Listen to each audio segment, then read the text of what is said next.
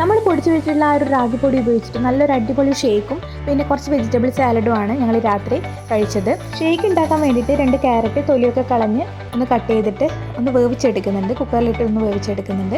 ഇനി കുറച്ച് വെള്ളത്തിൽ ഒരു 3 ടേബിൾ സ്പൂൺ റാഗിപ്പൊടി ഇട്ടിട്ട് നന്നായിട്ടൊന്ന് കുറുക്കി എടുക്കുന്നുണ്ട്. അതിലേക്ക് കുറച്ച് ഡേറ്റ്സും കൂടി ഇട്ട് കൊടുത്തിട്ടുണ്ട്, പിന്നെ കുറച്ച് വെല്ലം അല്ലെങ്കിൽ ശർക്കര പൊടിച്ചിട്ട് കൊടുത്തിട്ടുണ്ട്.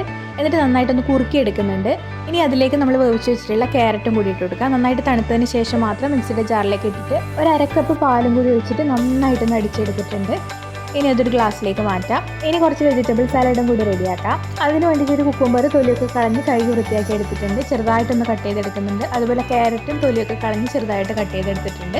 അതിലേക്ക് കുറച്ച് ഉപ്പും കുറച്ച് കുരുമുളക് പൊടിയും കുറച്ച് ചെറുനാരങ്ങയുടെ നീരും കൂടി ഒഴിച്ചു കൊടുത്തിട്ടുണ്ട്. നന്നായിട്ടൊന്ന് മിക്സ് ചെയ്തെടുക്കുന്നുണ്ട്. അപ്പോൾ നമ്മുടെ ഷേക്കും വെജിറ്റബിൾ സാലഡും ഇവിടെ റെഡി ആയിട്ടുണ്ട്. വീഡിയോ ഇഷ്ടപ്പെട്ടാൽ ലൈക്ക് ചെയ്യുക. നമ്മുടെ ചാനൽ ആദ്യമായിട്ട് കാണുന്നുണ്ടെങ്കിൽ ഒന്ന് സബ്സ്ക്രൈബ് ചെയ്ത് സപ്പോർട്ട് ചെയ്യണേ.